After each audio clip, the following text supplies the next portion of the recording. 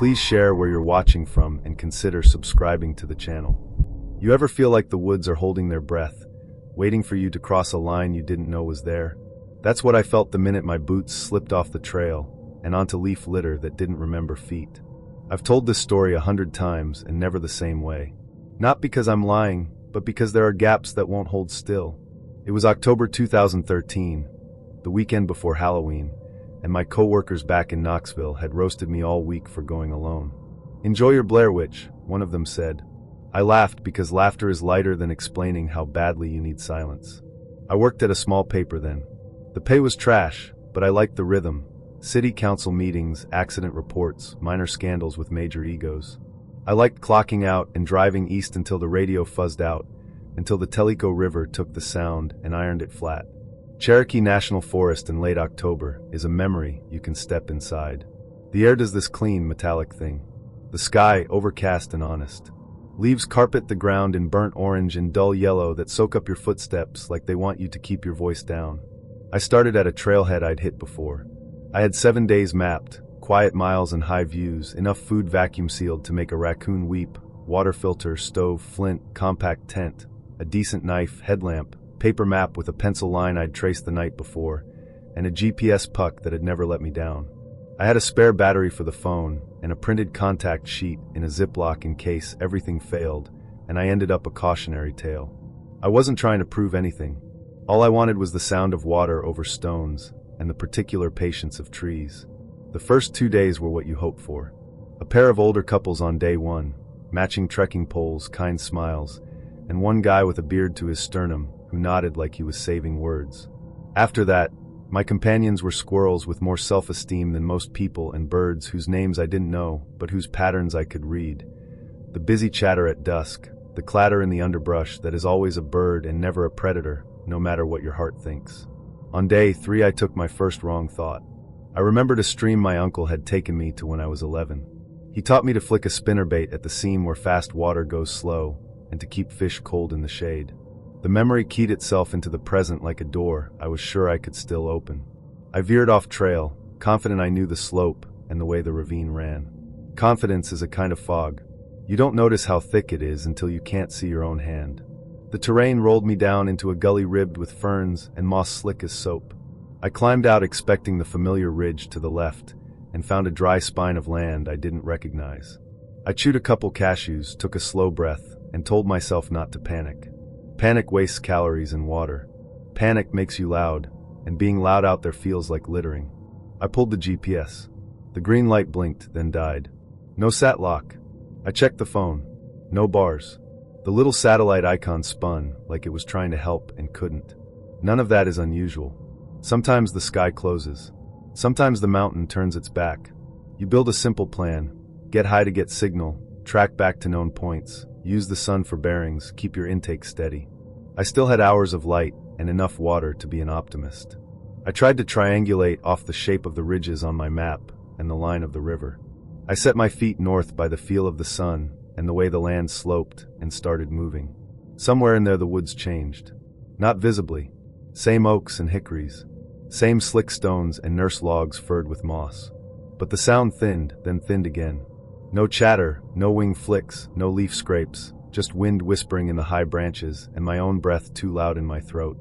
When silence goes that deep, you hear your pulse in your jaw. It's a drum made of you. You swallow to make it stop, it doesn't. I found a clearing by a tree split in half by lightning. One half stood, charred down the heart, the other lay splayed and swallowed by rot. It looked like an old injury the forest had learned to live around. The ground was good, dry, a little bowl to break the wind, enough space to set the tent with runoff if it rained. I made a small fire the way you're supposed to in dry season, low and contained, a circle of scraped earth. I boiled creek water, added it to a pouch that promised chili mac and delivered hot salt. The quiet tried to get into my mouth. I practiced my small rituals, hang the bear bag, stack the cookware, fold the map, and slip it into the same pocket where it always lives. I slept hard until I didn't. A sound lifted me by the ribs. Not animal noise. Not the delicate stutter of a deer. Not the competent plod of a bear. These were footsteps measured and deliberate, heavy enough to plant a shape in the ground. The steps circled the tent once, slow and curious, as if reading. I tasted metal at the back of my tongue the way you do when adrenaline slides in. I put my hand on the knife and kept still. "Hey!" I called because silence felt like permission. My voice cracked and went out into the trees and didn't bounce back. No answer. The steps stopped. I unzipped the tent 2 inches and looked through a black seam. The fire had collapsed into a low oval of orange. The trees were vertical absence. I waited there until waiting became movement. I slid out, knees bent to keep the fabric from tearing, knife in hand, light off. The air smelled like cold ash and wet dirt. I moved the beam of my headlamp slow to keep from blinding myself. Nothing. No porchlight eyes, no flutter, nothing to prove anything had been there. Except the tree. 10 feet from the tent, a pine showed fresh cuts. Sap glistened in thin lines like translucent tears. The cuts made shapes. 5 stickmen, antlers or branches spearing from their heads. One had a circle burned where a head should be. Sun or face, I couldn't tell. The cuts were clean, deliberate. No bark fray, no hesitation. Sap still wept. Whoever had done it recently. My throat did something tight and small. I took a photo because that's what you do when you don't trust your own eyes. Flash. White explosion in the dark. Afterimage of the carvings stamped across my vision. I packed everything with clumsy speed. Tent down, poles jammed, guy lines a tangle, the way you do only when you're scared. I didn't care that it was still dark or that I didn't have signal. North, I told myself. Get height. Let elevation tell you something true. The Appalachian spine doesn't lay flat, it reaches and tilts. You can ride the shape of it if you pay attention. I used the dull glow of stars through cloud, used the feel of the land under my boots, kept the headlamp off unless I needed it to save my ankles. I hiked until dawn. Every few minutes, I checked my back with a sweep of my light, like I was trying to wipe something off the night. The feeling was a hand between my shoulder blades, not a predator's interest. I've seen black bears and one mountain lion. They have a language you can read, curiosity, calculation, hunger. This was attention with grammar, attention that contained an idea. The carvings ticked through my head like beads. Antlered figures in a clean, fresh line. Who carves at night in a forest that quiet? Why 5? Why the circle? Light opened the world. The mist in the valleys looked like something alive, a slow animal with a broad, white back. I found a rock face with a view that explained the miles, ridges stacked like folded blankets, and far off, the ghost shape of a cabin or its memory on a slope. It showed up as absence first, a square where the trees did something different. I marked it with a scratch on the map and a promise to myself that I would not go, that I would find a ridge and a trail and let sane choices do what they're supposed to do. Then I went. Getting there took hours I couldn't afford. The sun lifted and I rationed water. Small sips, hold in the mouth first so your body remembers what to do. The ruin, when it came, wasn't a cabin. It was a foundation and a mouth of chimney and the logic of rooms made of absence. Stone walls stood to knee height and sometimes hip, and the stones wore moss like old men wear hair. I don't know why I stepped into the outline of what had been the kitchen, but I did. A rusted axe head lay in the dirt, its handle long gone, the metal furred. Nearby, a steel jaw trap yawned at nothing, the kind meant for wolves or bears, the teeth like a bad idea someone had once budgeted for. No prints, no sign of recent boots. And still, someone had been here. In the center of the house's idea was a cairn. Not stacked the way hikers leave messages, but balanced, each stone pressed exactly into the next as if tested and weighed. On the top sat a crow skull cleaned bone white. The beak pointed at the pine line. It didn't feel like a threat. It felt like grammar again. A sentence pointed somewhere. I left. I didn't walk, I fled without running. 5 miles of bad choices later, I found a place to pitch the tent without a fire. Cold camp. The knife slept in my fist. The forest made the sound of a closed mouth. Midnight does strange math on your insides. Every minute folds into the next until time feels like a cord pulled tight through you. Sometime between nothing and nothing, whispering started. Not one voice. Several, men and women braided into a tone you couldn't quite separate. Some far away, some so near the hair lifted on my forearms. I tore the tent open, light swinging. Trees and shadow, and the skin between them. I turned slow, and the beam caught a shape at the edge of the clearing. Tall, thin, limbs wrong in their proportions, too long for the math of a human frame. No movement, no flinch against the light. It watched the way a measuring tape watches. My knees did their quiet little betrayals. I backed into the tent and did not sleep. When morning came, The thing was gone without tracks. The ground around the tent was clean as if erased, and that terrified me more than prints would have. 12 hours on my feet took me to an old service road the color of bone under dust. It ran an easy grade downhill, the way roads made for trucks with radios do. I followed it to a ranger outpost made of logs stacked with a competence that made me want to weep. I hit the door with my hand the way you hit doors when you want them to be a person. A man in his late 50s opened. Thick gray hair combed back. Scar splitting the cleft of his chin in a white zip. He looked at the pound of dirt on me and the angle of my shoulders and asked, "You been off trail?" "Yeah," I said, and the word carried water in it. I stepped inside when he moved, sat when he pointed, wrapped my fingers around a paper cup of tap water like it was a live thing. He didn't ask questions. I told him everything without editing. Symbols on the pine, the circle walk, the ruin with the crow skull, the voices, the tall thing at the edge of light. He listened the way some people fish, still, line slack, patient for a sign. When I ran out of words, he let out a long breath that sounded like he was paying something. "There are places in these mountains," he said, "where things don't want to be found." He said it without leaning into capital letters, without making a story of it. It was a weather report. He radioed someone short and quiet. Within the hour a second man arrived, younger, with a face like a cliff. They didn't take a report. They didn't ask me to show them where. They drove me to my car at the original trailhead with the kind of speed you use when you know the curves. The older ranger stood with his hand on the open door while I fumbled keys. "Don't come back alone," he said. "If you come back at all." The first thing I did at home was plug the phone in and open the photo app. I scrolled to the flash burn of the pine where the sap ran like clear blood. The folder was empty. Every other picture was there, grinning coworkers in an office Halloween contest, a crooked shot of a sunset through a diner window, a dog on a leash on a sidewalk, but that one was gone.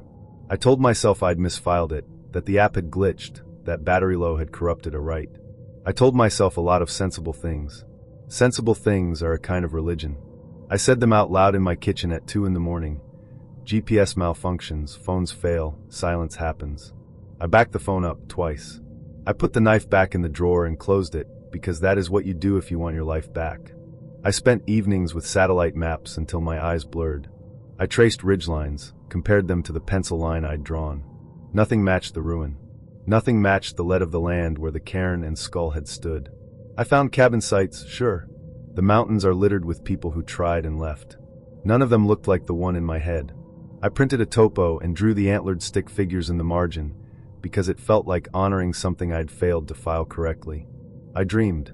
The dreams don't come every night, but often enough that I know the steps. I'm back in the clearing with the lightning split pine. The carvings are deeper now, sap clotted and black. The 5 figures are 6. The circle where a head should be is open, a ring into which the forest is pouring itself. The whispering is under the sound, like a radio station in a low valley at night. Words that aren't a language, but that carry meaning anyway. When I wake, I have the taste of damp earth in my mouth, and my hands smell like I've been handling sap. Once a month after, I drove back as far as the road would take me. I told myself I was just going to stand at the trailhead and feel the ordinary gravity of places where people start and return. I sat in the car with the engine ticking and watched a couple tighten their boot laces and adjust their straps. The woman laughed at something the man said about snacks. The laugh sounded like the healthy sound of air moving through lungs. I didn't get out.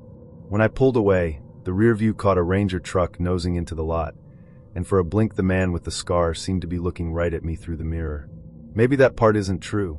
Maybe I wanted him to be there, someone to share the weight of a sentence you can't finish. Here is the part one don't tell at bars or to dates who say they like scary stories until they don't. Some nights, rare, not enough to make me foolish, I wake in my apartment to the absence of sound that lives only in forests that have closed their mouth. The refrigerator hums, but I don't hear it. The street outside does its city shuffle, but it doesn't reach me. The air feels taller. The hair on my arms stands like it's listening. In that quiet, there's the softest scuff beyond the wall, as if someone walked a circle around a tent that isn't there. Once I found a smear of sap on the inside of my window frame, where the wood is old and soft. It smelled like Christmas and something older. I don't have a pine tree outside my window. I touched the sticky line and felt the same clean, metallic cold I'd felt when the footsteps stopped. I tell myself I left those mountains. I did. I drove away on tires and ate a cheeseburger at a place with fluorescent lights, and reached for ketchup like a person. But I think the mountains didn't leave me. I think they have a way of keeping a ledger. Debt isn't always money. Sometimes it's attention paid where you were told not to look. Whatever was there let me leave. It is important to say that it let me. I have the feeling, as sure as treading water, that if it had wanted, I would be a different tense, a story somebody tells with a shake of their head and they never found him. On the worst nights, right before sleep unhooks, I hear the whisper again. It isn't threat. It isn't mercy. It is the sound of a gate in the dark swinging open or shut. I can't tell which, and my name laid down on the ground like a track someone has decided to follow. I lie there with my eyes open to the ceiling and think about how the forest held its breath until I stepped off the trail and made myself into someone it could see. And I know this much in the place where you hold your real answers. Whatever was out there let me go, but it didn't let me out.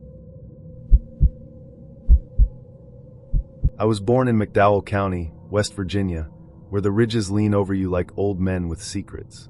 Folks around here don't spook easy. You grow up with silence. You grow up with people who measure words like nails. One for every board, no extras. You hear stories passed down at kitchen tables.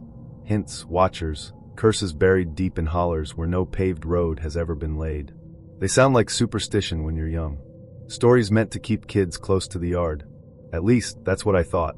Until I saw it myself. This was back in 2007. I was 22 working odd jobs, whatever paid cash, painting, repairing decks, laying tile. That summer, I picked up work from an older man named Dale Withers. He was 70-something, retired coal miner with a hip that gave him a limp and a house that had been in his family longer than I'd been alive. His place sat at the end of a gravel track that forgot it was a road about halfway in. Beyond it stretched Panther State Forest, hills folding in on themselves, trees so thick they swallowed light, silence that pressed into your ears. Dale hired me to repaint his porch, fix some shingles, patch his fence. He paid under the table and offered me a rust-bitten trailer out back to stay in while I worked. It sounded easy enough. A week, maybe two. No rent, no nosy neighbors. Dale wasn't much for company. The first night, he knocked on the trailer door and handed me a plate of beans and cornbread. "Don't walk past the ridge," he said. Just that. No explanation. Then he turned and limped back toward the house without looking over his shoulder. I laughed to myself, figured it was just an old man's way of setting boundaries. Still, something about the way he said it stuck in my ribs. Not advice. A warning. The first couple nights passed without issue. I painted the porch, replaced a few rotted planks, listened to the woods hum their usual tune. But on the third night, things changed. I'd just finished a long day and was sitting on the steps of the trailer with a beer, watching dusk seep into the treeline. The air was heavy with the promise of rain that never came. That's when I noticed it. No crickets. No cicadas. Not even the flap of a moth against the porch light. Just stillness, like the whole forest had stepped out of the room. The hair on my arms rose before I even heard it. A sound ripped through the trees. A scream. High-pitched, ragged, almost human but bent wrong. It started like a woman crying out in pain and twisted mid-breath into something else, something with no throat or lungs, just raw noise. It echoed off the ridges and died too quick, like the woods themselves swallowed it. I froze with the bottle halfway to my mouth. My eyes went to Dale's house. Dark windows. No light. Curtains pulled tight. The scream came again, farther off this time. Against my better judgment, I grabbed a flashlight and stepped off the trailer steps. The gravel path dissolved into leaf litter within yards. My beam cut through the dark in a narrow cone, leaving everything else black. I moved slow, listening hard, my boots sinking into damp moss. The ridge Dale had warned me about wasn't far, just a rise in the land where the trees nodded tighter. I told myself I just wanted a look, just to know what kind of animal made that sound. Maybe a bobcat, I thought, though I'd never heard one scream like that. My breath made small clouds in the beam of the light. The deeper I went, the colder the air grew, like I'd walked into a root cellar. That's when I saw the bent trees. Small ones, saplings, leaning at odd angles, twisted as if something had pressed them aside while moving through. The forest floor ahead dipped into a shallow ravine with a dry creek bed at the bottom. I angled the light down. That's where it stood. Tall. Maybe 7 feet, maybe taller. Facing away from me, long limbs dangling like ropes, too thin, too long. Its skin wasn't furred or clothed but pale, rubbery, stretched tight like parchment over sticks. For a second, I thought it was hairless, but then I realized what I was seeing. The shape wasn't right. Its arms bent too far. It twitched once, and then the head turned. Not all the way, more than all the way. It rotated too far, like a hinge overextended. I didn't see the face, just the suggestion of it, and the way the neck cracked like breaking branches. I didn't wait. I ran. Branches tore at me, my boots slipped in mud, my lungs felt too small. I don't remember the distance back to the trailer, just that I didn't stop until the door slammed behind me. I locked it and sat on the floor with my back against the wall, hammer in one hand, flashlight in the other. My heartbeat filled the silence, so loud I thought it would give me away. I stayed there until dawn, never sleeping. Just listening. Once, around 4, I heard footsteps outside the trailer. Careful. Measured. Pacing. The boards on the steps creaked under weight, and then nothing. When morning finally came, the world outside looked normal again. Birds sang. Wind played in the leaves. The trailer door was untouched. I marched straight to Dale's house, half mad from exhaustion. He was in the kitchen, pouring coffee like it was any other day. I told him everything, words tumbling, voice raw. What I saw in the ravine. The scream. The footsteps at my door. He didn't look surprised. Not even a flicker. He just sipped his coffee, eyes on the table. Then he asked, "You went past the ridge, didn't you?" I swallowed. Nodded. Dale set the cup down. His hand shook just a little. He let the silence stretch long enough that I thought he wouldn't answer. Then he said, "My daddy called it a watcher. Said it wasn't ours to understand." That was all. No explanation.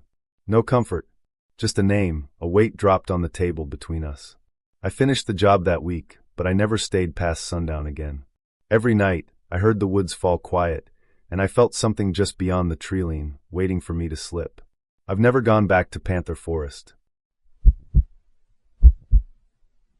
The mountain took my brother. That's the only way I can explain it. No search party, no dogs, no helicopters ever found a trace. Not a scrap of clothing, not a print in the mud. Just silence where he used to be. And no matter how many officials shrugged and said, "Accident," I know what I saw. I know something out there in those hills reached out and pulled him away. This was the fall of 1998. I was 16. My brother Isaac was 18, 2 years older and braver by miles. Our dad had died the winter before, sudden heart attack in the middle of shoveling the driveway. Losing him felt like someone had torn the roof off our house. Isaac took it worse than I did, though he never said it out loud. Every year since we were little, Dad had taken us camping in the Monongahela National Forest. Same ridge, same creek, same routines, fishing, rabbit hunting, bacon and instant coffee in the morning. That year, Isaac said we had to go back, just the two of us, one last trip for Dad. Mom didn't like the idea, but Isaac could talk circles around anyone, and eventually she agreed. We left on a Friday afternoon in Dad's old pickup, the bench seat cracked and smelling faintly of oil and tobacco. The forest was burning with autumn color, oranges and reds so bright they looked painted on. The mountains rolled out in layers, one behind the other, all smoldering with leaves. It felt holy in a way, like stepping into a cathedral built from fire. The first night went the way it always did. We found the ridge Dad loved, a break in the pines with a view that stretched for miles. No other campers. No ranger stations within 3 miles. Just us, a tent, and the clean silence of October hills. We cooked over the fire, laughed about school, about girls, about who would get married first. Isaac always thought life was waiting just a few steps down the road, like all you had to do was walk fast enough. Saturday was fishing. Sunday was hunting. We didn't catch much of either, but we didn't care. It wasn't about that. It was about filling the space Dad had left. Then came the third night. It was cold, clear, and absolutely still. The fire cracked, but even the fire seemed quieter than normal, like the sound had been swallowed before it reached us. I remember lying in my sleeping bag and realizing the crickets were gone. No night song. No breeze in the trees. Even my breath felt muffled. Around midnight, Isaac shook me awake. His face looked pale in the moonlight, eyes wide. "You hear that?" he whispered. At first, I didn't.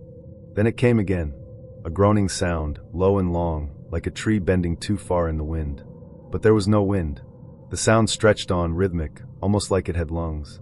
My skin prickled. Then it changed. The groan thinned and shifted until it became a kind of whine. Not animal. Not mechanical. It raised the hairs on my neck because it sounded almost human. Isaac grabbed the flashlight and stepped out. I followed because being alone in that tent was worse. The light cut across the clearing, yellow and thin. We scanned the trees. Nothing. Then the groan came again, closer this time. And then words. A voice. A woman's voice. Low, slow, speaking in a language I'd never heard. Not English. Not anything I could place. It was like chanting, words curling into one another, carried through the trees. "Hello," Isaac called out. His voice cracked. "You all right out there?" The voice stopped. We froze, listening to nothing but our own breathing. Then movement, fast, too fast. 1 second the sound was left of us. The next it was behind us, the brush shivering like something enormous had just moved. Isaac swung the light, but it caught only branches. "We're leaving," he said, voice tight. We pulled on boots, grabbed what we could, and started down the trail toward the truck. The moon gave us enough to see by. My breath came quick, clouding in the cold. I don't know how far we got, maybe a quarter mile. That's when the air changed. Everything froze. Even our footsteps seemed too loud. Isaac stopped. "Do you hear that?" At first I thought he meant the silence. Then it came, the voice again. Only this time it wasn't out in the woods. It was right behind us. No footsteps. No crack of branches. Just a whisper pressed into our ears, close enough to feel the heat of it. Words I didn't understand, but I felt them all the same. I turned, and the flashlight beam swung wild. Nothing. Just trees. But I swear the shadows shifted, like something tall had just stepped back into them. "Run!" Isaac shouted. He shoved me forward, and we ran.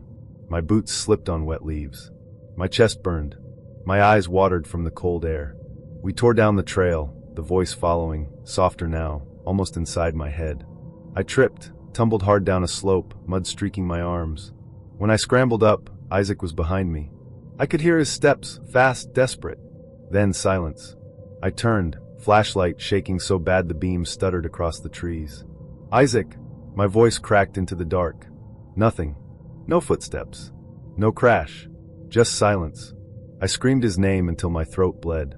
I tore through the trees, searching with the beam, but it showed nothing but branches, empty leaves. No prints. No broken twigs. Like the mountain had swallowed him whole. I don't remember finding the trail again, just that eventually I did. I ran the whole way to the truck, sobbing, knees bloody, clothes torn. I drove into town half blind and called the police. The search went on for days. Dogs. Helicopters. Dozens of volunteers. Not one sign. The official line was simple. He'd gotten disoriented, wandered, maybe fell into a ravine. It happens. That's what they said. But I know what I heard. The voice. The speed of whatever moved in those trees. The way the world went silent right before. No animal does that. No mountain storm. Nothing natural. Mom never blamed me, but I blamed myself. Still do. I should have held on to him. I should have refused to leave the tent. 1,000 different shoulds that don't matter. 20 years later, I went back. Not because I wanted to, but because guilt grows legs. It walks you where you swore you'd never go. I climbed to that ridge again, stood where our tent had been. The air was still, heavy with memory. I whispered an apology into the pines. That's when I saw it. A stone. Flat, gray, set neatly in the dirt where our tent had been. Carved into it was a word, or maybe a name. Letters I didn't recognize, curling jagged wrong. But looking at them made my chest tighten with the familiarity of a nightmare. I was found crawling barefoot through the woods at 4 a.m, hands torn open, face striped with scratches, blood dried on my neck. I was 29, freshly divorced, and the proud owner of a cabin I thought would save me. The sheriff didn't know what to make of me. The hospital ran tests and shrugged. I couldn't explain it either. But I remember enough. I remember the silence in those trees, the burning in my throat when I tried to scream, and the eyes that blinked at me in the firelight. It started in May 2015. The divorce had been quick, bitter, and final. No kids. No mortgage. Just the sort of hollow you fill with rash decisions. Mine was buying a cabin in western North Carolina, tucked into the Blue Ridge Mountains, 2 hours west of Asheville. I'd found it on a late-night listing. The photos showed a squat log house with a stone chimney, perched on the slope of a wooded ridge. The price was suspiciously low, but the idea of off-grid living hooked me. The place was old but solid. Thick beams, iron stove, well water, no neighbors for miles. The nearest town had one gas station, one church, and a diner that closed by 6. Cell reception was non-existent, and internet was a rumor. Perfect. The first weeks were everything I'd wanted. Coffee on the porch in the morning, mist lifting off the trees like breath. Evenings with a book by the fireplace, cicadas and night birds filling the dark. I repaired the old fencing, chopped my own wood, even coaxed the well pump back to life. Isolation never tasted so sweet. Then came June 4th. I stayed up late writing that night, a hurricane lamp throwing long shadows across the cabin walls. Around midnight, there came a sound that made my skin crawl. 3 knocks. Not on the door. On the wall. Hard and deliberate. I froze, listening. No wind, no rain, no shifting branches. Just the creak of the cabin breathing around me. I grabbed the flashlight and stepped outside. The air smelled of wet soil, sharp and sour, like earth freshly dug. I circled the cabin, light sweeping across trees and grass. Nothing moved. No prints in the dirt. The woods stood still, holding their breath. I locked every window and door, pulled the axe beside my bed, and waited out the night in silence. The next morning I found them, prints in the garden. Human but wrong. Bare feet. Long, narrow, toes splayed like claws. Too deep for the soft soil, spaced too far apart, as if whoever left them walked with a stride unnatural to a human body. They circled the cabin and ended at the very wall where I'd heard the knocking. Then they vanished into the mossy woods. I took photos. Then I raked the prints out, convincing myself it had to be a prank. That night, I built a fire outside and sat awake with the axe across my knees. The sky was clear, stars bright enough to cut yourself on. Around 2 in the morning, the air shifted. The fire guttered. A wind came from the woods and carried with it a voice. It said my name. High-pitched. Distant. The kind of voice you can't pin as male or female. Just sound shaped into your name. I stood, slow, flashlight in one hand, axe in the other. The voice came again, closer this time, from the tree line. I killed the flashlight and stared into the dark. Then I saw them. Eyes. 12 pairs at least. Low to the ground at first, reflecting the firelight like animal eyes. They blinked. Not quickly, not with surprise, just in eerie unison. Then one by one the eyes rose, lifted higher, until they towered above me, easily 7 feet. I should have run, should have screamed, but my body locked. My legs refused. My throat burned like it had been sewn shut. It felt like strings held me still, and someone else had their hand on the controls. The fire went out all at once. Snuffed like fingers had pinched the flame. I don't remember much after that. Not until I was crawling through the woods, gasping for air, dirt packed under my nails, blood on my face. Barefoot, stumbling in a direction I didn't choose. The next clear memory is headlights. A truck pulling up, brakes squealing, a man's voice shouting, "Jesus Christ, are you all right?" They got me to the hospital in Brevard. My fingernails were torn, lips split, shoulders scratched raw. One cut across my back looked crudely stitched, as if someone had tried to sew it shut with something sharp and thin. I told them I didn't remember. That was easier than telling the truth. When I was released, I went back in daylight to pack my things. The cabin was wrecked. Furniture overturned, drawers emptied, dishes smashed. Not stolen, just destroyed, as if someone had torn through the place looking for something invisible. On the far wall, carved deep into the wood, was a spiral. Dozens of them, gouged into the logs with something sharp. Spirals layered over spirals until the wood itself seemed to spin. I sold the place for half what I'd paid. Moved back into a city apartment with neighbors on every wall. I didn't sleep well, but at least I wasn't alone. Months later, in a bar in Asheville, I overheard a man talking about the mountains. He was older, his hands calloused, his accent thick. He said his grandparents used to warn him about the silent ones. Things that lived between the trees, older than any town, older than the Cherokee. They only came out when the woods fell unnaturally quiet. I interrupted him, asked what they did. He looked at me for a long time before answering. They don't kill you. Not always. Sometimes they just watch. Sometimes they take something from you and put something else in its place. When he saw the color drain from my face, he nodded. If they touched you, you're already marked. That word stuck with me. Marked. Ever since that night, I've had dreams. Dreams of being underground, pressed tight in the dirt, unable to move while something circles just out of sight. Dreams of spirals carved into skin, mine, Isaac's, strangers. Dreams of fire that sputters out no matter how hard I try to feed it. I was 20 the summer the forest swallowed my friend. 20, broke, and looking for something that might point me in the direction of adulthood. Instead, I signed up for seasonal work with a trail crew in George Washington National Forest, Virginia. The pay was awful, the work was backbreaking, and the conditions were closer to prison camp than summer job. But they gave you a tent site, 3 meals, and enough money to keep gas in the tank. At 20, that was good enough. There were 8 of us that season. A messy handful of college kids, 2 wanderers who looked like they'd been running from home for years, an ex-Marine named Clyde with a permanent limp, and then Paul, our supervisor. Paul was the kind of man who seemed carved out of bark. Mid-40s, barrel-chested, and broad as the oaks he swung an axe through, with a sunburn that never left his skin. He wasn't a talker. If he gave a sentence longer than 6 words, you knew it was important. He taught us quickly that the forest had rules. Not the kind you'd find in any manual, but the sort of rules that came from living out there season after season. He knew where the deer ran and where the copperheads curled. He knew which springs were safe to drink from and which would gut you with parasites. And when Paul told you to do something, or not do something, you listened. By late July, the heat was unbearable. The forest had turned into a green furnace.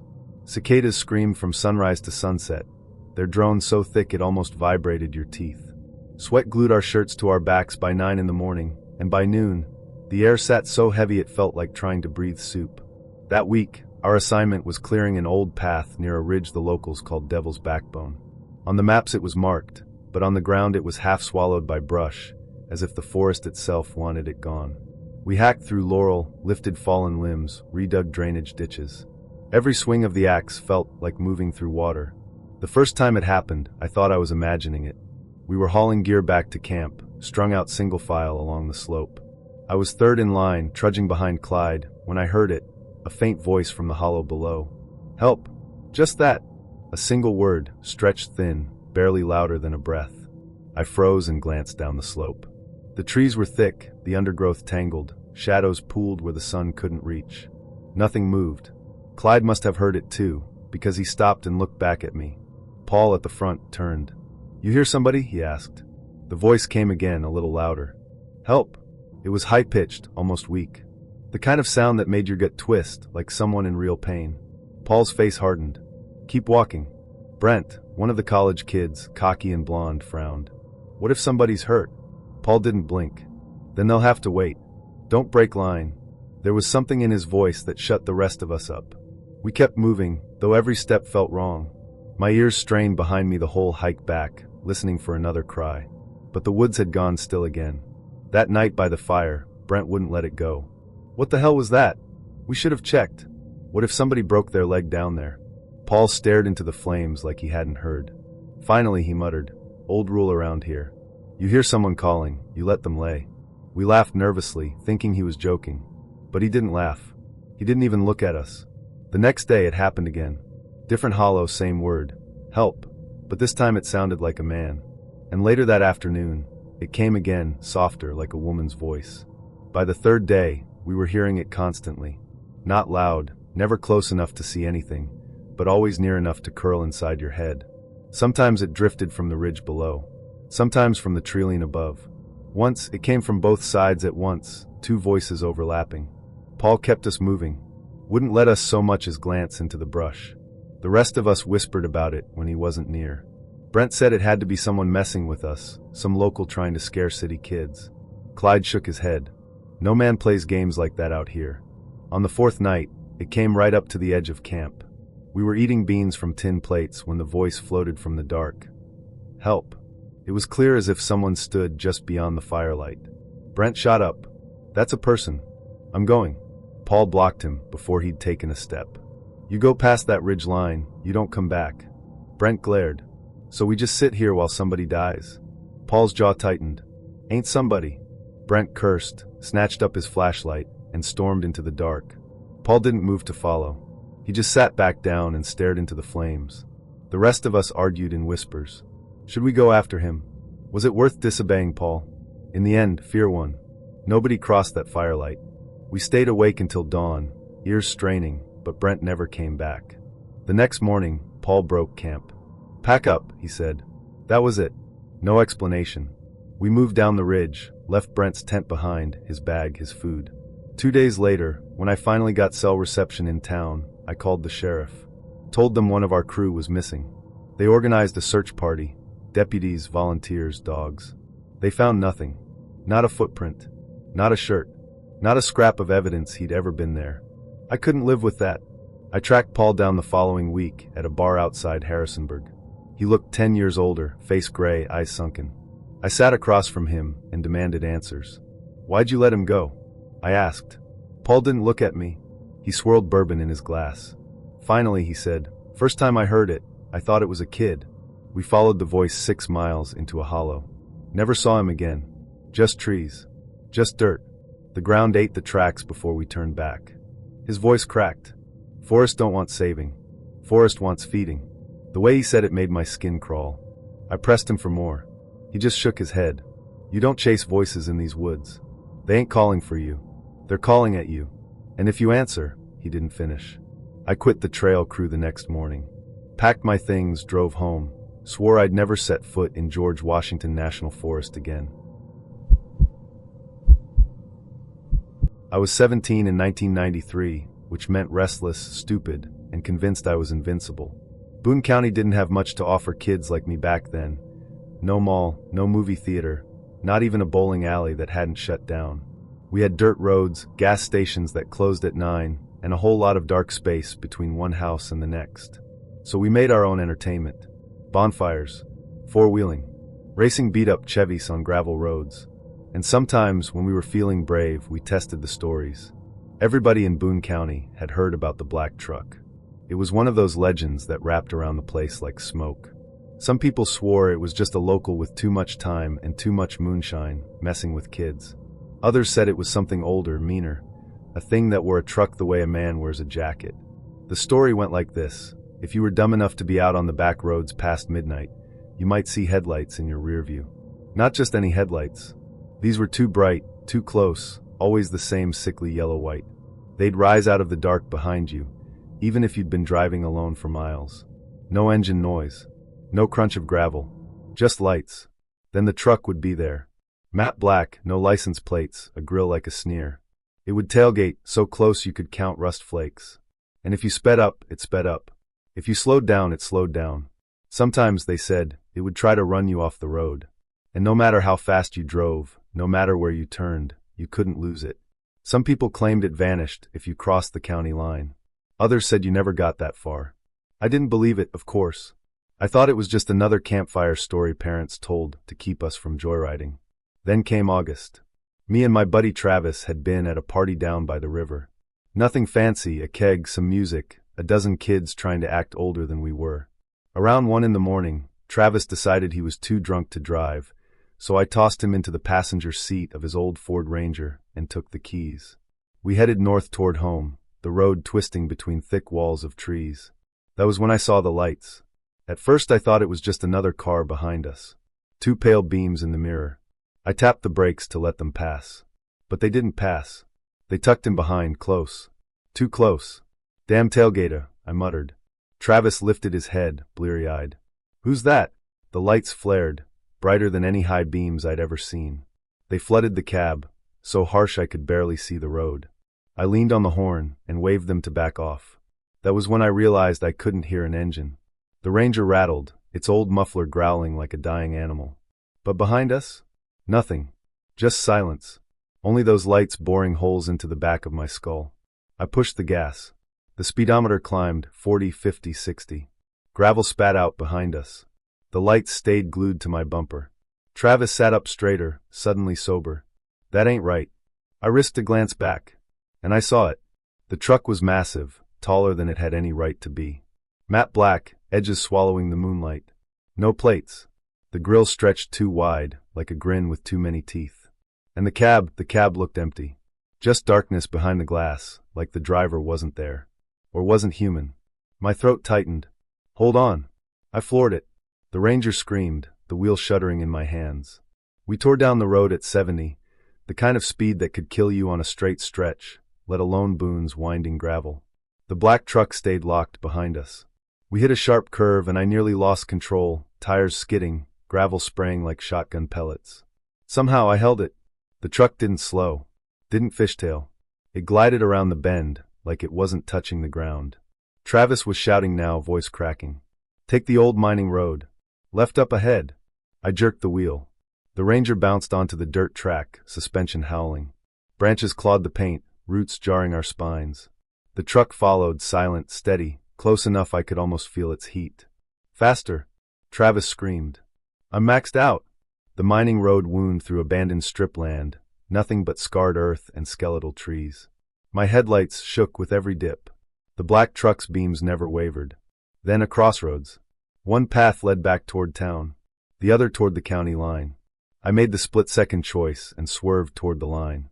The Ranger fishtailed, but I kept control. The truck roared after us. And then nothing. 1 second, the lights were searing the mirrors. The next gone. No fade, no distance. Just empty night. We didn't slow down until we hit the highway. We parked at a gas station, both of us shaking so hard we couldn't light a cigarette. Travis wouldn't even look at me. We don't talk about this, he said finally. His face was pale, eyes wide like a cornered animal. We don't tell nobody. I nodded, though I knew I'd never forget. For weeks, I couldn't drive alone after dark. Every set of headlights in the rearview made my chest seize. I half expected that black grill to bloom out of the night, hungry and waiting. I told myself it was adrenaline, teenage fear, maybe even a drunk imagination. But 2 months later, it happened again, not to me but to a girl from Madison. She was driving home from a football game late on one of those same back roads. Friends said she never made it. They found her car in a ditch. No skid marks. No damage. Just sitting neat as if she'd parked it there. The driver's seat was empty. The sheriff chalked it up to a runaway. Her family swore she'd never leave. I didn't say a word. But I knew. Now, decades later, I still live in West Virginia. I've grown older, slower, less prone to running the roads at night. But sometimes, when I cut across Boone on a late drive, I feel it. That prickle on the back of my neck. That sense that the dark is deeper than it should be. The summer of 1987 felt like a season stretched too thin, long days of boredom stacked on each other, until you'd do just about anything for excitement. I was 16, stuck in a small Tennessee town where the biggest thrill was hanging around the gas station parking lot with a Coke in one hand and a cigarette you weren't supposed to have in the other. That's why, when talk started circling about the old summer camp in the hills, I listened. They said Camp Stillwater had closed down in the late 70s after a kid drowned in the lake. Depending on who told the story, the kid had either wandered off at night, been pushed during a fight, or been pulled under by something that lived beneath the dock. The facts didn't matter. What mattered was that it was abandoned now, hidden deep in the woods, cabins rotting, mess hall empty, bunk beds left behind like everyone ran out in a hurry. It was the kind of place that begged teenagers to trespass. So one July night, me, my cousin Eric, and our friend Melanie drove out there with a borrowed flashlight and a pack of warm beer. We parked my old Pontiac at the tree line and hiked the last half-mile in. The path was overgrown, mosquitoes thick as fog. The flashlight flickered like it was nervous too. When we reached the camp, it felt like stepping into another time. The cabins sagged under years of rain, roofs caved in, doors hanging loose. A wooden sign at the entrance, half-eaten by moss, still read "Welcome Campers," in cheerful letters. It looked ridiculous, like a smile on a skull. "Place stinks," Eric muttered, kicking a bottle cap across the dirt. Melanie grinned, always braver than both of us. "It's perfect." We wandered through the grounds, laughing too loud, daring each other to peek into the cabins. Inside, dust floated in the air, bunk beds lined the walls, graffiti carved deep into the wood. Someone had left a pair of sneakers under one bed, the rubber cracked with age. It was like the campers just disappeared. By the time we cracked the beers, the moon had risen, pale and swollen over the treetops. We sat on the porch of the mess hall, passing cans and telling ghost stories. The forest pressed in all around, thick and loud with night insects. That was when we heard the first sound. A splash. Out by the lake. We all went quiet. Another splash followed, softer, like footsteps in shallow water. Eric frowned. Deer maybe. But deer didn't wade. And deer didn't call out, because after the splash came a sound that made every hair on my arms rise. A child's laughter. Faint, high-pitched, carrying across the water. Melanie's smile faltered. "You heard that, right?" I nodded, throat dry. Eric tried to laugh it off. "Somebody else is out here. Maybe local kids screwing with us." But we hadn't seen another car. No sign of anyone. And the voice had that brittle, wrong quality, like a recording warped by time. We crept toward the lake, beams of the flashlight cutting through the dark. The dock stretched out ahead, boards warped but still intact. The water was black, still, reflecting the swollen moon. Then the laughter came again, closer now. "Come play." It was definitely a child's voice. But it echoed strangely, not from any single direction, more like it seeped out of the water itself. Melanie grabbed my arm. "That's not funny." Eric shook his head, his cocky grin gone. "We should go." I wanted to agree, but something in me, curiosity, stupidity, pushed me forward onto the dock. Each step creaked under my weight. I aimed the flashlight at the water. Nothing. Just ripples moving against the current. Then I saw it. A small hand breaking the surface, pale, dripping. Fingers curling like it was reaching for the dock. I stumbled back, the flashlight swinging wild. When I steadied it again, the water was empty. Smooth as glass. "Let's go," Melanie whispered, tugging my sleeve. We didn't argue. We grabbed our bags, sprinted back through the trees, half tripping over roots. Every crack of a branch behind us felt like footsteps. By the time we reached the Pontiac, we were shaking too hard to get the keys in the ignition. We never spoke of it after. Not to our parents, not to our friends. Eric swore he hadn't seen the hand, that it was just my nerves. Melanie refused to come near the lake again. But I knew what I saw. I was 21 when I learned that some places are built like traps. They don't look dangerous. They don't have signs or fences or warnings. They just sit quietly, waiting for someone young, someone in love, someone reckless enough to wander where they shouldn't. For me and my girlfriend Hannah, that place was the old railroad bridge outside of Harrodsburg, Kentucky. It was summer of 1990, the kind of thick, humming July that never cooled down, even at night. I drove a rust-red Camaro with a tape deck that ate cassettes half the time, and Hannah rode shotgun, her feet on the dash, her dark hair whipping out the open window. We'd been together 6 months, still in that sweet stage where every touch felt like fireworks, every fight ended in laughter, every night together felt like the start of some long adventure. We didn't have money. We didn't have plans. What we did have was an appetite for trouble, and the bridge gave us exactly that. Everyone in town knew about it.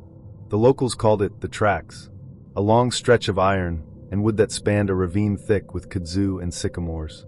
It wasn't used much anymore. The trains had been rerouted to newer lines years back. But it wasn't abandoned either. Sometimes, late at night, you'd hear the whistle carry across the hills, reminding you the tracks still belonged to something bigger than kids looking for thrills. That didn't stop people from daring each other to walk it. The game was simple. Make it across the bridge and back without freezing up or falling through the gaps in the ties. It was maybe a quarter-mile across, high enough that if you slipped, you'd break every bone before you hit the creek below. Hannah wanted to try it. "Come on," she teased one night as we idled at the dirt pull-off, the bridge looming ahead like the skeleton of some giant beast. "Don't be a chicken." "I'm not a chicken," I said, even though my palms were already sweating. "I'm just not stupid." She grinned, leaning close. "Then prove it." So I did. We parked the Camaro, grabbed a flashlight, and climbed the embankment. The air smelled like creosote and river mud, thick and cloying. The wooden ties stretched into the dark, silver rails gleaming faintly under the moon. "Ladies first," I joked, handing Hannah the light. She didn't hesitate. She stepped onto the first tie, balancing easily, her sneakers barely making a sound. I followed, trying not to look down at the dizzying drop between the boards. At first it was exhilarating. The night buzzing with cicadas, the thrill of being somewhere forbidden, the stars wheeling overhead. Hannah laughed, her voice bouncing off the ravine walls. I felt invincible, like we'd outsmarted the world. Then, halfway across, the laughter stopped.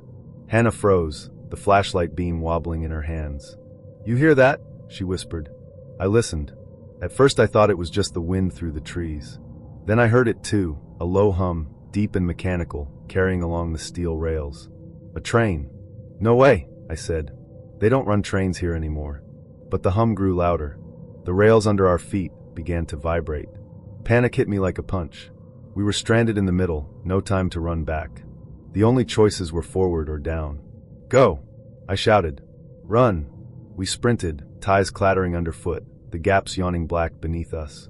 Hannah's flashlight swung wild, throwing frantic beams across the trees. Behind us, the hum became a roar, then a scream of metal. A light bloomed at the far end of the bridge, blinding white, growing fast. Hannah stumbled. I grabbed her arm, yanking her upright. We ran until our lungs burned, the rails shaking so hard I thought the bridge would collapse. At the last possible moment, We threw ourselves sideways into a narrow maintenance ledge, pressed flat against the iron girders. The train thundered past, wind whipping our faces, the noise so deafening it swallowed thought. We clung there, shaking, until it was gone. When silence finally fell, it was heavier than before. We should have left then. Any sane person would have. But adrenaline makes fools out of you. Instead, we laughed, wild, breathless, drunk on survival. We kissed there on the ledge, reckless and stupid, as if we'd conquered the bridge. That was when we heard the other sound. A footstep. Not behind us. Not ahead. Beneath us. A slow, deliberate thud on the ties. Followed by another. And another. Someone or something was walking under the bridge. Hannah's smile faltered. "Who's down there?" she called. The step stopped. Silence stretched, long enough to make my stomach twist. Then came a voice. A man's voice, low and rasping, rising from the shadows below. "Keep walking." It wasn't a shout. It wasn't even loud. But it carried perfectly, as if the iron itself was speaking. Hannah gripped my arm. "Did you hear?" The voice came again. "Don't stop. Keep walking." Every hair on my body stood up. I leaned over the edge, peering into the dark beneath the bridge. The moonlight barely touched the ravine, but for a moment, I swore I saw a figure clinging to the girders. Long limbs, face lost in shadow, eyes glinting like wet stones. Then it was gone. We bolted. We didn't run. We sprinted, tripping, gasping, half dragging each other the rest of the way across. When we reached solid ground, we didn't stop to breathe. We tore down the embankment, jumped into the Camaro, and peeled out so fast gravel sprayed like gunfire. We didn't speak the whole drive back. That night, Hannah slept over at my place. I woke to her screaming in the dark. She said she'd dreamed of the bridge, of being trapped on it while the voice whispered from below, "Don't stop. Don't stop. Don't stop." I told her it was just shock, just her nerves. But over the next week, she grew pale, restless. She swore she heard footsteps behind her when she walked home at night. She swore she saw a shape watching from the treeline by her house. Then one evening, she didn't show up for our date. I called. No answer. I drove by her place. Her car was gone. Her parents hadn't seen her since the afternoon. She never came home. The sheriff filed a report. They searched the woods, the creeks, the bridge. They found nothing. No footprints, no clothes, no sign she'd ever been there. I tried to tell them about the voice, about the figure under the bridge. They looked at me like I was crazy. To this day, Hannah is listed as a missing person. I grew up in a little mountain town in southwestern Virginia where nothing much changed. The gas station still had an analog pump. The general store still sold bolts of cloth and mason jars. And the church, First Baptist, right on Main Street, had been standing for more than 100 years. It was the center of everything. Potlucks, weddings, funerals. You couldn't go a week without hearing those bells. I spent most Sundays there as a kid, restless in the pews, tugging at my tie while the preacher droned. I knew every corner of that place, or thought I did. What I didn't know was the basement. It wasn't like the fellowship hall, where we had spaghetti suppers. This was deeper. You reached it through a locked door behind the altar, down a narrow staircase that smelled of earth and mold. Most people didn't even know it existed. I only found out because my uncle was on the church council, and one summer in 1995 he hired me to help with repairs. I was 18, about to start college, desperate for spending money. I thought I'd be painting walls or fixing pews. Instead, he handed me a key and said, "Go clean out the basement." "The fellowship hall?" I asked. He shook his head. "Not that one. The other one." That was the first time I'd heard of it. The door was old, iron-hinged, paint peeling. My uncle unlocked it and shoved it open with his shoulder. A wave of damp air rolled out, thick and sour. "Lights down at the bottom," he said, handing me a flashlight. "Don't stay too long. Air's not good down there." He left before I could ask more. The stairs were steep, with groaning under my boots. The walls closed in quick, rough stone, sweating moisture. By the time I hit the bottom, I was shivering even though it was July. I clicked on the bare bulb hanging from the ceiling. It swung slightly, throwing 6 shadows across the room. It was bigger than I expected. Low ceiling, dirt floor, stone walls lined with wooden shelves. Old hymnals stacked in moldy piles. Rusted folding chairs. Boxes collapsing under decades of damp. But what caught my eye were the carvings. They covered the walls, etched deep into the stone, crosses, circles, strange looping symbols I didn't recognize. Some had been gouged over each other, layer upon layer, like whoever carved them had been desperate. The shelves weren't just holding hymnals either. There were jars. Dozens of them. Some filled with cloudy liquid, others with things floating inside I didn't want to identify. One looked like a bird's skull. Another had something that might have been a hand, shriveled small as a doll's. I told myself it was just old church relics, maybe from some forgotten ritual or lesson. But my stomach knotted tight. I should have left right then. But I stayed. Hours passed as I sorted through boxes, dust clogging my throat. The bulb flickered overhead, buzzing like it was about to die. Every now and then I thought I heard something, a shuffle, a sigh, but when I looked, the room was empty. Then I found the door. It was half hidden behind a shelf, smaller than the main entrance, iron and bolted shut. The wood around it was scarred, like someone had tried to claw their way through. Something about it pulled at me. Curiosity, dread, I don't know.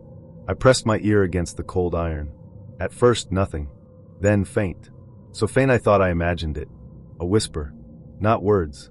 Just sound, low and constant, like someone praying on the other side. My chest tightened. I stumbled back, heart pounding. That was when the bulb went out. Darkness slammed in, heavy and absolute. The kind of dark you can taste. I fumbled for the flashlight, hands slick with sweat. When I clicked it on, the beam jittered across the carvings on the walls. Except they weren't just carvings anymore. For a split second, I swear they were moving. Lines writhing like worms, circles twisting into faces that sneered and screamed. The whisper rose louder, echoing all around me though the door never opened. I ran. I don't even remember climbing the stairs. One moment I was in that choking dark, the next I was bursting into the sanctuary, gasping for air like I'd surfaced from drowning. My uncle was waiting near the altar, arms crossed. His face was tight, grim. "You went near the door, didn't you?" I froze. "What's down there?" He didn't answer right away. He just took the key from my shaking hand and said, "Some things we keep shut. Best you forget it." I wanted to press him, to demand the truth. But the look in his eyes, tired, haunted, stopped me. I never went back in that basement. I was 19 the summer of 1982, too broke for college, too restless to stay in my parents' trailer. My old Ford pickup was held together with duct tape and prayer, but it ran, and that was enough. Most nights I drove the back roads of rural Tennessee, just to feel like I was going somewhere, anywhere but stuck. The night I picked her up, the air was hot and wet, the kind that sticks to your skin. A thunderstorm had rolled through earlier, leaving the asphalt slick and gleaming. I had the windows down, radio low, Tom Petty crooning through static. That's when I saw her. She was standing at the side of Route 25, just past the old logging road, where the trees crowd so close they blot out the moon. She looked like she'd stepped out of some fevered dream, long pale legs bare under a short dress, hair damp and wild, thumbs stuck out with the kind of careless confidence you didn't see much around here. I slowed before I could think better. "You headed somewhere?" I called, leaning out the window. She tilted her head, studying me with eyes that glinted in the headlights. "Anywhere but here." Her voice was low, rough around the edges. She slid into the passenger seat without asking, smelling of rain and smoke and something faintly sweet, like honeysuckle. The hem of her dress rode up when she crossed her legs, pale thigh brushing close. I swallowed hard, shifting in my seat. "Name's Mark," I offered. She smiled without showing teeth. "Lila." We drove in silence for a while, the tires hissing on wet pavement. Every so often I snuck a glance at her, the curve of her mouth, the way her damp dress clung to her. She caught me once, smirking like she knew exactly what I was thinking. "You always pick up strangers at night?" she asked. "Only the pretty ones," I said, trying to sound braver than I felt. Her laugh was soft, breathy. "And what makes you think I'm safe?" Something in the way she said it made my chest tighten. We passed the gas station, the diner, the last signs of town. The road narrowed, swallowed by trees. Out here, it was just us, the dark, and the hum of the engine. "Where you from?" I asked. "Does it matter?" she said. "Nobody ever really knows anybody." Her hand drifted to my knee then, casual but electric. My knuckles went white on the steering wheel. Heat rushed through me, tangled with nerves. "Your trouble," I muttered. "Maybe," she said, leaning closer, breath warm on my ear. "Maybe I'm exactly what you've been looking for." Her lips brushed my neck, light, teasing. My pulse hammered. Then I looked in the rearview mirror. For half a second, she wasn't there.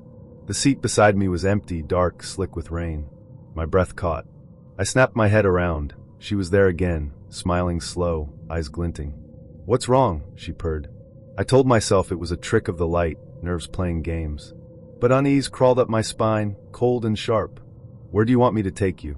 I asked, voice rough. She leaned back, stretching long legs, dress sliding higher. "Take me to the bridge," she said. My gut clenched. Everyone in town knew that bridge.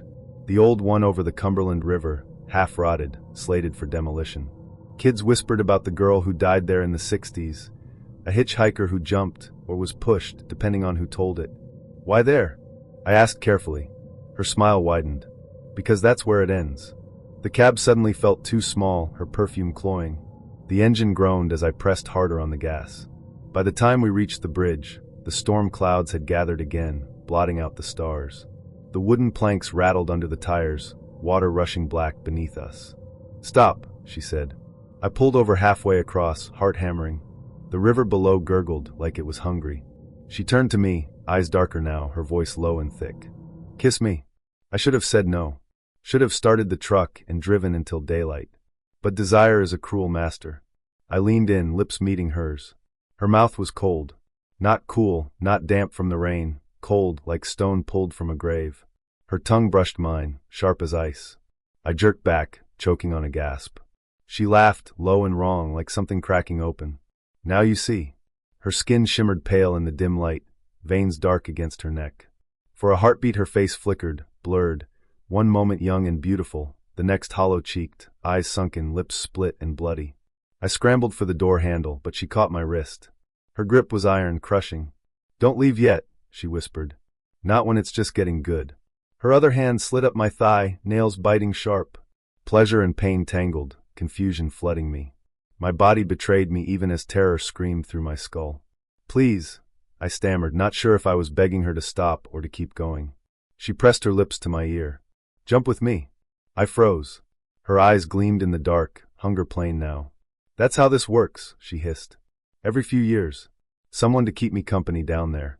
The wind howled across the bridge. Rain spat against the windshield. The river below seemed to roar louder, surging. I yanked free, slamming my shoulder into her. She laughed as I shoved her back against the door, the sound sharp and cutting. I scrambled out of the truck, boots slipping on the wet planks. When I looked back, the cab was empty. The seat, the floor, bone dry. No trace of her. Only the faint scent of honeysuckle lingering in the air. I drove home shaking, windows open wide to flush her perfume out. I didn't tell anyone. Who would believe me?